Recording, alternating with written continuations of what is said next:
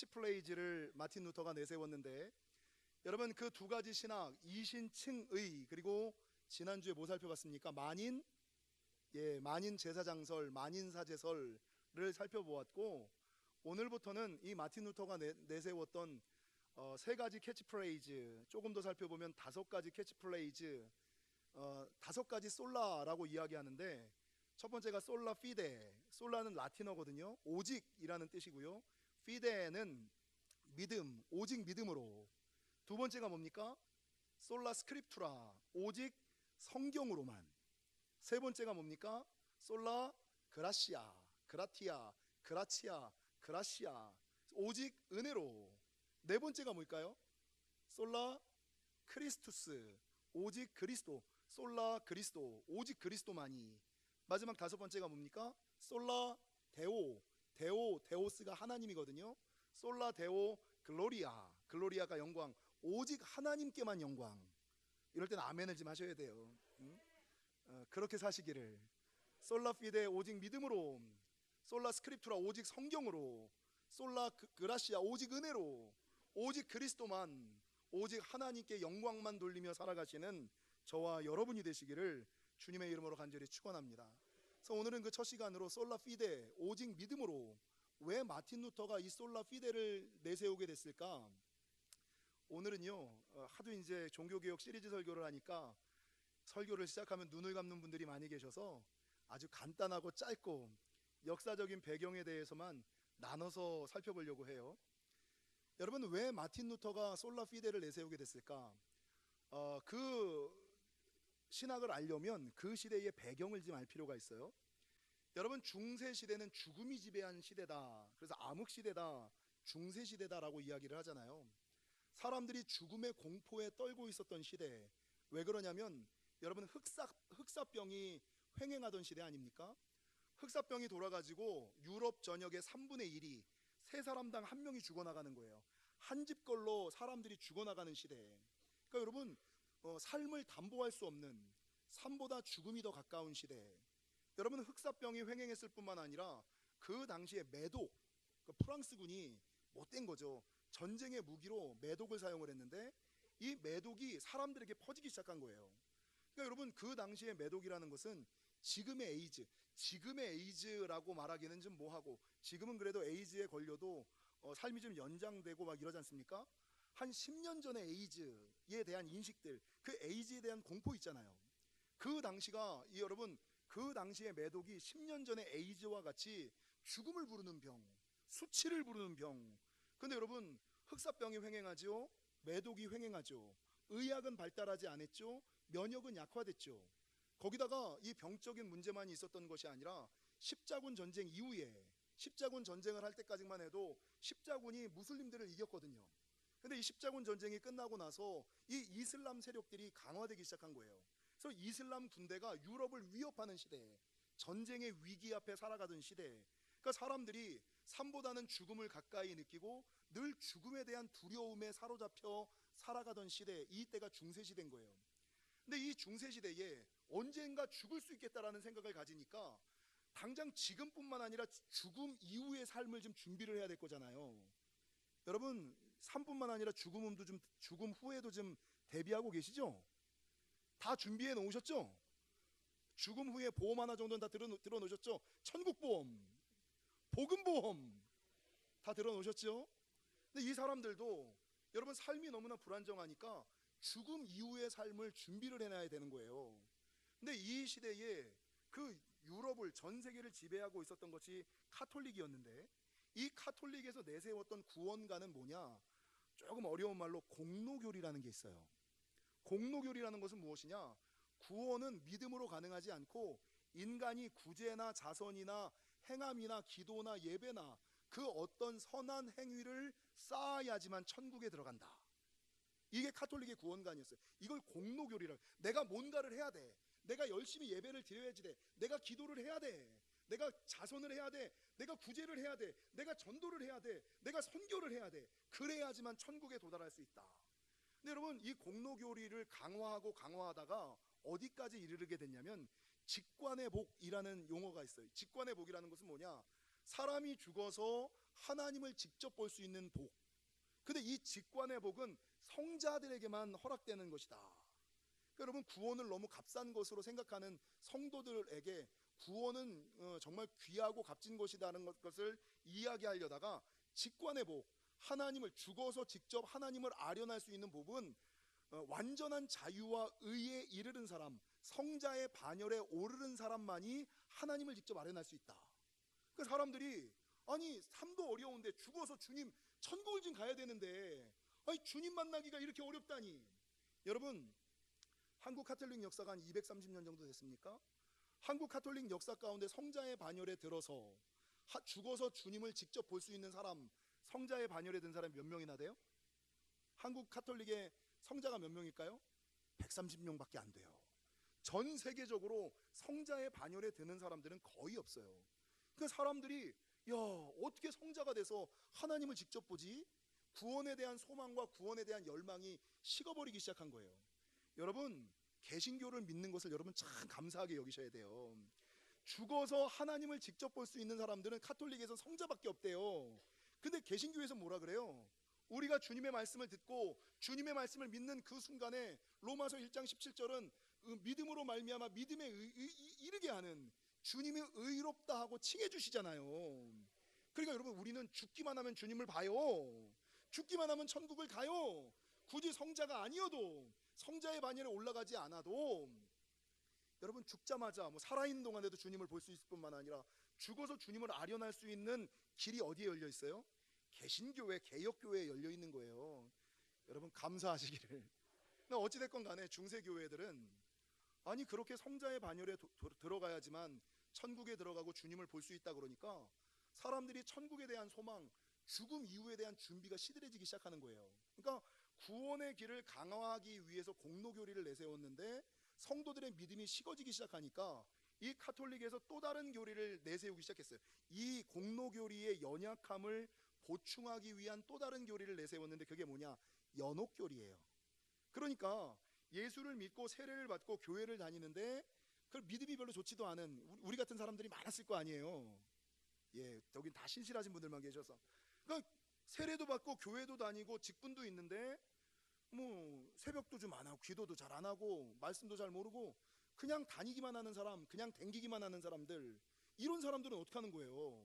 그러니까 이런 사람들에게도 천국에 들어갈 수 있는 길, 하나님을 볼 수 있는 길을 열기 위해서 성경의 한 구절을 가져다가 천국과 지옥 사이에 뭐가 있느냐?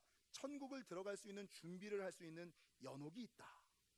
그러니까 사람들이, 여러분 성자가 되어야지만 천국에 들어가고 하나님을 볼 수 있다 그러다가 조금 덜 믿어도, 좀 열심히 안 믿어도 연옥은 갈 수 있다니까. 지옥은 아니잖아요. 그러니까 야, 이거 괜찮다. 그래, 그래도 믿어봐야지. 그래도 다녀봐야지.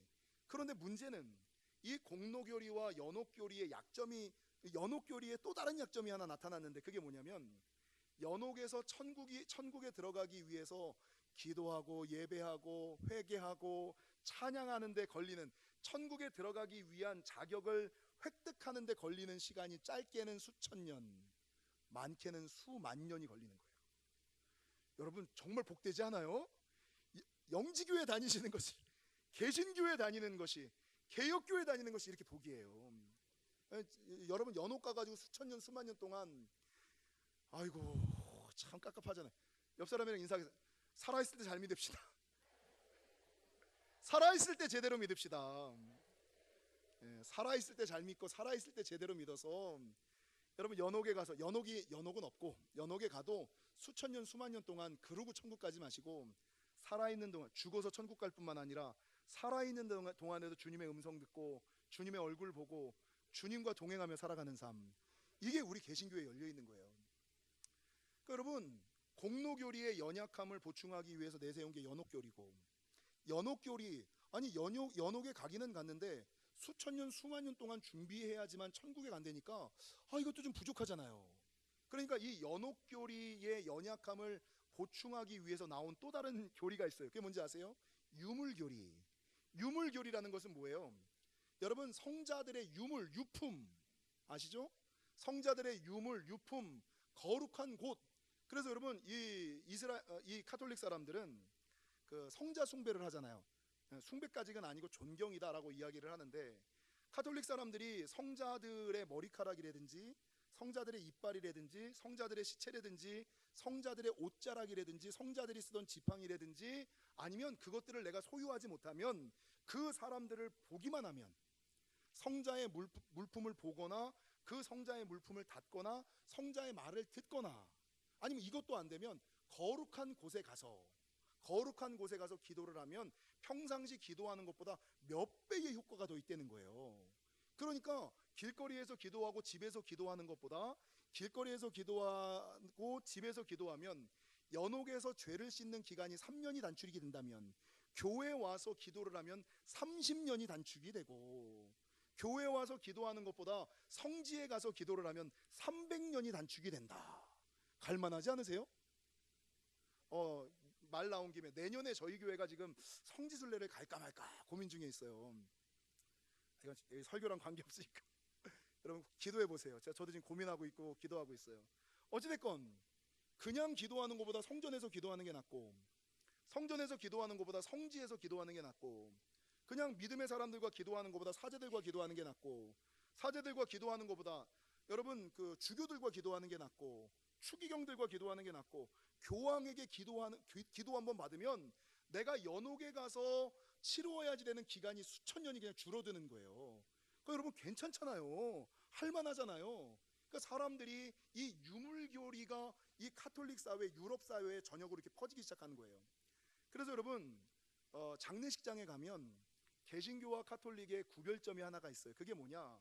여러분 개신교 사람들은 장례식장에 가서 웃죠. 그리고 예배하죠. 짧게 하죠. 사람들이 이렇게 많이 오지 않아. 좀 바빠서 그런지 저희 교회는 예외고, 저희 교회는 장례가 있을 때, 경조사가 있을 때 성도들이 사랑이 너무나 많아서 다 모이잖아요. 앉을 자리가 없게끔 모이잖아요.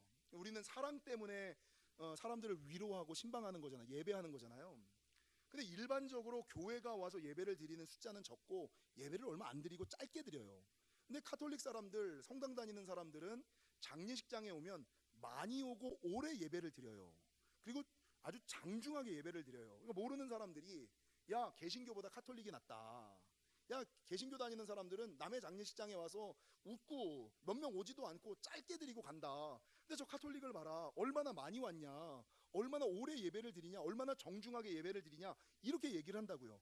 근데 여러분 왜 그들이 그렇게 예배하는지 아세요? 여러분 그 카톨릭 사람들이 장례 미사 드리는 걸 보면 나이 많으신 어르신들, 할머니 할아버지들이 그렇게 많이 와요. 거의 장례 조문하시는 분들이 다 어르신들이에요. 왜 그러냐면 이 사람들의 마음에는 물론 그 사람을 위로하고 사랑하는 마음 때문에 장례식장 가서 위로하고 예배 드려주는 것도 있지만 그 이면에 뭐가 깔려 있어요? 유물교리가 깔려 있는 거예요. 공로교리가 깔려 있는 거예요. 그러니까 내가 그냥 나 혼자 회개하는 것보다 남의 죽음을 가지고 중보하고 예배 드려주면 나 혼자 회개하고 예배하는 것보다 내 죄가 더 많이 씻긴다. 그래서 여러분 죽음을 눈앞에 둔 어르신들이 자기도 천국 가야 될 거 아니에요. 그러니까 지금까지 지은 죄가 많으니까 이 죄를 씻기 위해서 어디서 장례가 났다라는 얘기만 들리면 쫓아가는 거예요. 내가 예배를 드려줘야 내 죄가 많이 씻기니까. 여러분 맨날 다녀야 될 사람들 많네. 맨날 찾아다녀야 될 사람들 많네. 좀 찾아. 여러분 그게 뭐냐? 이게 유물교리와 공로교리가 카톨릭의 사상 밑바닥에 깔려 있는 거예요. 그래서 여러분 사람들이 묵주를 끼고 신부님들, 사제님들을 섬기고 성지를 다니고, 이게 이제 그 당시에 중세시대의 분위기, 죽음이 지배한 시대라는 거예요. 근데 마찬가지로 마틴 루터도 시대의 아들이었던 거로 시대의 영향을, 죽음의 영향을 아니 받을래야 아니 받을 수가 없었던 거예요. 여러분 마틴 루터를 하나님께서 사용하시기 위해서 그런 경험을 주셨는지는 모르겠습니다만, 마틴 루터가 20살이 되던 해에 칼을 잘못 써가지고 동맥을 찔러요. 근데 여러분 동맥 찔러 보면 피가 그냥 분수처럼 막 솟잖아요. 이거 수건을 아무리 갖다 대도 이게 지혈이 안 되잖아요. 그래서 마틴 루터가 과다출혈로 거의 죽음 직전까지 가요. 그러니까 죽음에 대한 공포를 마틴 루터가 스스로 체험하게 되는 거예요.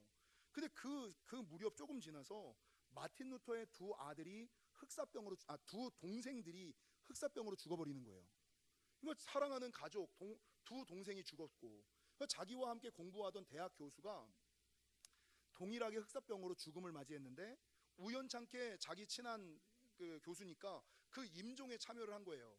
근데 이 임종 죽음을 눈앞에 둔 교수가 죽으면서 뭐라고 얘기했냐면, 여러분 이 교수도 카톨릭의 공로교리 유물교리에 잡혀 있었던 사람이니까, 여러분 그냥 평신도의 삶을 사는 것보다 사제의 삶을 살면 하늘에 더 빨리 가고 내 죄가 더 많이 씻기거든요. 근데 자기가 이렇게 빨리 죽을 줄 몰랐다는 거지.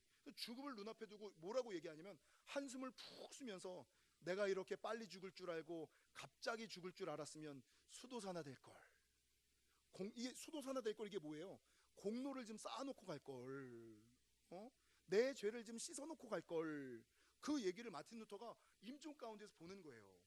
그렇게 세 번에 걸친 죽음을 눈앞에서 경험하고 나서 하루는 집을 가다가, 여러분 저와 여러분이 너무나 잘 알고 있는 것처럼 폭풍우가 쏟아지는 그날 밤, 번개가 떨어지는 그날 밤, 천둥이 치는 그날 밤, 죽음의 공포 앞에 이 마틴 루터가 완전히 잡혀버려요. 어젯밤에 비 오는 소리 들으셨어요? 이것과는 비교할 수 없게 우릉 쾅쾅 번쩍번쩍. 아이고, 하나님이 나를 데려가시려나 보다. 이 세상이 끝날려나 보다. 이 죽음의 공포에 마틴 루터가 사로잡힌 거예요. 그래가지고 그 천둥치고 번개치는 그 야외에서 이 마틴 루터가 얼굴을 땅에 탁 파묻고서 뭐라고 얘기하냐면, 그때 우리는 뭐라고 했을까? 주여 주님 이렇게 불렀을 텐데, 이 마틴 루터도 카톨릭의 영향을 받았던 사람이라 하나님을 찾지 않고 성자를 찾았어요. 성 안나시여, 나를 이곳에서 살려주시면 제가 일평생 수도사로 살겠나이다. 그러니까 개신교 말로 서원 기도를 한 거예요. 죽었을까요? 안 죽었을까요? 살아났어요. 그래가지고 여러분, 이 마틴 루터가 법률가가 돼서 아주 세상에서 잘 나가는 삶을 살아가려고 하다가 22살의 나이에 수도사가 돼요. 수도사가 돼서 나도 이제 공로를 좀 쌓고 내 죄를 씻어서 죽음 이후를 좀 준비하는 삶을 살아가야겠다. 여러분, 이 마틴 루터는 아주 열심히 있는 사람이었고 아주 철저한 사람이었고 머리가 좋았던 사람이었어요. 그래서 무슨 일을 하든지 간에 되게 열심히 하는, 새벽 2시에 일어나요. 새벽 2시에 일어나서 제단 기도를 드려요. 제단 기도라는 것은 강단에 올라가서 하나님께 기도하는, 저희 교회 강단 기도하잖아요. 강단에 올라가서 하나님께 기도하는 거예요. 1시간을 그렇게 기도를 해요. 1시간이 끝나고 나서 자기 방으로 돌아와서 개인 기도를 해요. 말씀을 읽어요. 그리고 여러분, 인간에게 있는 정욕을 죽이기 위하여, 목회자가 되기 위해서 가져야 되는 덕목 가운데 하나가 자존심 버리는 거거든요. 자기 자존심을 내세우고서는 여러분 목회자가 될 수 없어요. 사람들에게 침뱉음을 당해도 자존심이 남아있어, 혈기가 남아있으면 안 되거든요. 그러니까 여러분, 수도사들이 하는 것 가운데 자존심을 죽이기 위해서 하는 것이 탁발이에요. 탁발. 빌어먹는 거. 굳이 내가 해먹어도 되는데 남들에게 가서 고개 숙여가면서 빌어먹는 거예요. 얻어먹는 거예요. 근데 얻어먹는 것도 여러분, 많이 주면 많이 먹는 것이 아니라 굶어 죽기 직전까지만 먹는 거예요. 몸의 정욕을 죽이기 위해서, 자존심을 내려놓고 정욕을 이기기 위해서 탁발을 하고 기도를 하고 금식을 하고, 자기 채찍으로, 젊은이 22살 때니까 얼마나 막 이 힘이 울퉁불퉁할 때예요. 자기의 힘을 이기기 위해 채찍으로 자기 몸을 때리는, 카톨릭의 유물교리 때문에 성지를 찾아가서, 베드로 성당인가요? 어딘가 모르겠네. 성당을 올라가면 거룩한 성전이니까 그 성전으로 올라가면 유물교리 때문에 내 죄가 씻겨지잖아요. 근데 더 빨리 내 죄를 씻기 위해서 여러분, 마틴 루터는 어떻게 올라갔어요? 그 수많은 계단을 무릎으로 올라가는 거예요. 고행하면서, 금식하면서. 여러분, 그렇게 공로교리, 유물교리에 잡혀서 이 마틴 루터가 열심히 수도 생활하는 거예요. 여러분, 평신도들은 뭐 일주일에 한 번, 한 달에 한 번, 1년에 한 번 그냥 고해성사하면 되잖아요. 근데 수도사들의 원칙 가운데 하나는 뭐냐?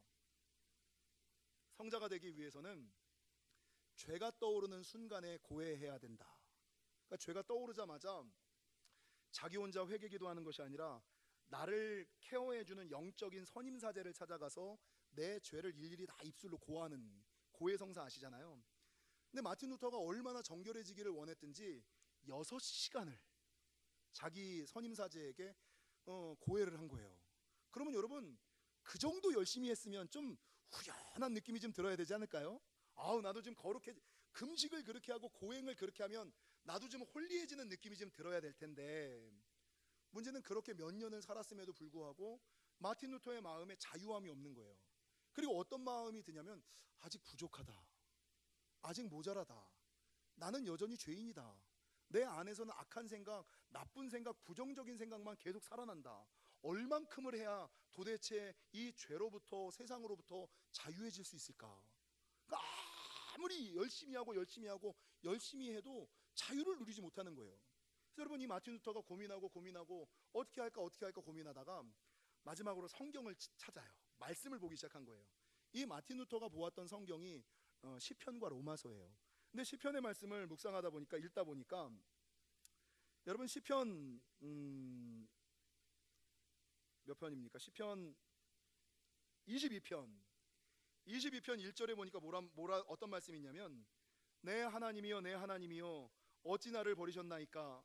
어찌 나를 멀리하여 돕지 아니하시오며 내 신음소리를 듣지 아니하시나이까? 내 하나님이여 내가 낮에도 부르짖고 밤에도 잠잠하지 아니하오나 응답하지 아니하시나이다. 그때 마틴 루터의 상황을 얘기하는 거잖아요. 그 마틴 루터가 말씀에, 이 시편 22편을 읽으면서 말씀의 은혜를 받아요. 성경에 있었던 위대한 하나님의 사람들도 나와 동일한 길을 걸어왔던 사람들이구나, 나와 동일한 고민을 했던 사람이구나, 나와 동일한 아픔을 가졌던 사람이구나. 그러면 성경에 기록된 하나님의 사람들은 어떻게 구원에 이르렀을까? 말씀 속에 혹시 해답이 있지는 않을까? 그러고서 더 말씀을 깊이 들여다보기 시작해요. 그러다가 본 것이 로마서고, 그러다가 본 것이 로마서 1장 16절과 17절, 로마서 3장의 말씀이에요. 근데 여러분, 이 마틴 루터가 로마서 1장, 저와 여러분이 오늘 살펴보았던 이 16절, 내가 복음을 부끄러워하지 아니하노니 이 복음은 모든 믿는 자에게 구원을 주시는 하나님의 능력이 됨이라. 아니, 구원에 이르는 능력이 나는 선행에 있고 행함에 있고 고행에 있고 금식에 있고 기도에 있고 구제에 있고 자비에 있다라고 생각을 했는데, 그런 공로교리를 받고 그런 공로교리를 믿고 살아왔는데, 아니 복음에는 하나님의 의가 나타나서 구원에 이르는 능력이 복음에 있다고? 이게 도대체 무슨 말이지? 그리고 17절을 보니까 성경은 뭐라고 증거하느냐? 복음에는 하나님의 의가 나타나서 믿음에 이르게 하나니 기록된 바 오직 의인은 믿음으로 말미암아 살리라. 구원받는 길이 믿음이라고? 이게 맞나? 아니 공로로 구원받는 거 아니야? 행함으로 구원받는 거 아니야? 라고 생각을 했는데, 이 로마서 1장 17절, 믿음으로 믿음에 이르게 하나니 기록된 바 오직 의인은 믿음으로 말미암아 살리라. 이것 때문에 이 마틴 루터의 생각이 깨이기 시작하는 거예요. 말씀의 깨달음을 받고, 어쩌면 지금까지 우리가 알던 대로, 지금까지 우리가 믿던 것과는 다르게 구원은 공로가 아니라 믿음으로 말미암아 받는 것일 수가 있어. 그래서 여러분, 이 마틴 루터가 성경을 찾아보면 찾아볼수록 성경에서는 공로를 이야기하는 것이 아니라 은혜를 이야기하고, 여러분 예수님을 이야기하고, 그 예수님, 우리를 위하여 죽으신 예수 그리스도를 향한 믿음을 이야기하는 것을 알고서, 맞아, 지금까지 카톨릭이 얘기했던 구원의 조건은 행함이 아니라 믿음이야, 이거에 대한 확신을 딱 가져요. 근데 그때 어떤 일들이 있었냐면, 종교개혁 이 500주년 기념 첫 설교 때 제가 했던 것처럼, 여러분 교황과 이 주교가 그 성 베드로 성당 건축 자금을 마련하기 위해서 묘수를 하나 쓰죠. 그게 뭐예요? 면죄부를 판매를 하는 거였어요. 근데 이 면죄부를 판매할 때 아주 그 신학적이고 장사를 잘하는 사람, 요한 떼젤이라는 사람, 수사인데, 이 수사에게 면죄부 판매 방법을 알아봐라, 면죄부 판매의 카피를 좀 만들어 와라 이랬더니, 이 떼젤이 뭐라고 얘기했냐면, 여러분의 헌금함에 들어가 헌금함 바닥에 떨어지며 쨍그랑거리는 소리가 나는 그 순간 여러분의 죄가 하나씩 씻겨지고 연옥에서 한 영혼이 천국으로 올라갑니다. 여러분, 이 말이 뭐예요? 첫 시간에 이 얘기를 들으셨을 때는 이게 공로교리와 연옥교리와 유물교리와 연결된다는 생각을 못 하셨잖아요. 근데 왜 이 요한 떼젤이 여러분의 헌금함 바닥에 떨어져서 쨍그랑거리는 소리가 들리는 그 순간 여러분의 죄가 하나씩 사라지고 연옥에서 여러분의 조상들이 천국으로 올라갑니다. 헌금 할만해요, 안 할만해요? 할만하지. 만약에 개신교가 지금 이거 하자 그러면 여러분이 지은 죄를 다 씻으려면 우리 교회 부자 되겠다. 막 매일 내실걸요. 매일 한 번 내지 않고 두 번에 갈라내고 세 번에 찢어내고 그냥 매일 내실걸요. 오늘도 와서 내고 내일도 와서 내고. 그럼 교회는 부자 될 거야. 아멘 하면 안 되죠. 아멘 하면 안 돼요. 부자 되는 거는 아멘. 근데 여러분, 이 교리가 잘못된 거 아닙니까? 그러니까 마틴 루터가 아니 이거 이상하다. 성경에서 말하는 것과 카톨릭 교계에서 얘기하는 것이 다르다. 그러니까 아무리 성경을 뒤져도 지금까지의 공로교리와 성경에서 발견한 은혜교리, 오직 믿음으로 라는 교리가 부딪히니까 마틴 루터가 이거 좀 잘못됐습니다. 우리 좀 성경을 아는 사람들이 모여서 이 문제, 구원의 조건의 문제를 한번 살펴봅시다. 그래서 마틴 루터가 했던 방법이 뭐예요? 비텐베르크 교회에다가 95개조 반박문을 붙여놓은 거예요. 원래는 이 95개조 반박문을 붙여놓은 것은 카톨릭을 반대하기 위해서 믿음으로 구원을 받느냐 행함으로 구원을 받느냐를 한번 논의해보자라는 얘기였어요. 근데 이게 확대가 돼서 종교개혁까지 연결이 돼버린 거예요. 사랑하는 성도 여러분, 만약에 그 중세시대에 카톨릭의 공로교리와 연옥교리와 여러분 유물교리에 우리가 잡혀 있었다면 우리 가운데 주님의 얼굴을 직접 볼 수 있는 사람은 아무도 없었고, 하나님을 직접 만날 수 있는 사람은 아무도 없고, 하나님을 살아서 만날 수 있는 사람은 아무도 없습니다. 그게 뭐가 문제가 되느냐? 종교개혁 500주년 첫 설교에서 말씀드린 것처럼 예수님께서 십자가에 달려 죽으실 때 나타났던 첫 번째 기적이 뭐예요? 성전 휘장이 찢긴 거 아니에요. 예전에는 그 지성소에 누구만 들어갈 수 있었어요? 제사장만, 그 중에서도 대제사장만 들어가 지성소의 은혜와 축복을 누렸다고요. 근데 주님이 십자가에 달려서 여신 길이 뭐예요? 대제사장만, 제사장들만, 레위인들만 지성소에 들어가 지성소의 축복을 누릴 것이 아니라 모든 믿는 사람들도 너희가 대제사장 되어 지성소에 들어간 사람들에게 베풀어 주시는 하나님의 축복을 누리며 살아라. 이 길을 열기 위하여 주님이 십자가에 달려 돌아가신 거거든요. 근데 우리가 공로교리를 가지고 여전히 공로교리를 믿게 되면 예수님의 십자가 죽음의 완전함을 부정하는 거예요. 예수님 십자가의 그 능력, 주님이 그렇게 꿈꾸셨던 것들을 우리가 원위치 시키는 거, 되돌려버리는 것밖에 되지 않는 거예요. 그래서 여러분, 이 마틴 루터의 구원은 오직 믿음으로, 여러분 제가 첫 시간에 얘기했습니다만 성경에서는요 오직 믿음으로만 구원에 얻는다라고 수없이 얘기하고 있어요. 요한복음 11장 25절과 26절, 예수께서 가라사대 나는 부활이요 생명이니 나를 믿는 자는 죽어도 살겠고, 여러분 우리는 죽어도 사는 존재예요. 무릇 살아서 나를 믿는 자는 영원히 죽지 아니하리니 이것을 내가 믿느냐? 여기서 아멘 다 하셔야 돼. 이것을 내가 믿느냐? 믿으시기를 축원합니다. 믿으셔야 됩니다.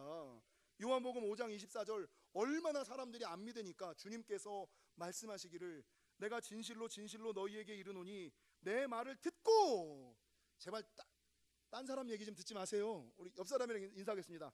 아저씨 말 듣지 말고 아버지 말 들읍시다. 왜 하나님 말씀은 안 듣고 세상 소리, 미디어 소리, 안 믿는 사람들 소리 왜 들으세요? 아버지 말 들어야지. 왜 아저씨 말 들으세요? 여러분, 내가 진실로 진실로 너희에게 이르노니 내 말을 듣고 또 나 보내신 이를 믿는 자마다 영생을 얻었고, 이미 얻은, 믿는 그 순간에 얻는 거예요. 얻었고 과거형이에요. 심판에 이르지 아니하나니 사망에서 생명에 이르느니라.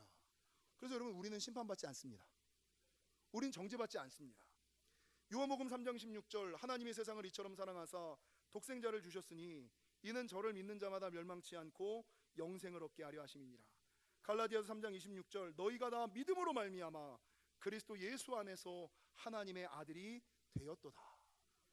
여러분, 성경은 믿음, 하나님의 말씀을 들음, 그 들은 말씀을 믿음, 이 믿음으로 말미암아 구원이 완성됨을, 유일한 구원의 조건으로 믿음만을 우리에게 요구하고 계심을 믿으시고, 여러분 공로가 아닌 믿음으로 천국 가시고, 죽어서 하나님의 얼굴을 볼 뿐만 아니라 조금만 더 열심히 믿으셔서 살아있는 동안에 주님 얼굴 좀 보고 주님 음성 좀 듣고 주님 손잡고 살아가시는 임마누엘의 은혜가 함께 하시기를 주님의 이름으로 간절히 축원합니다. 기도하시겠습니다.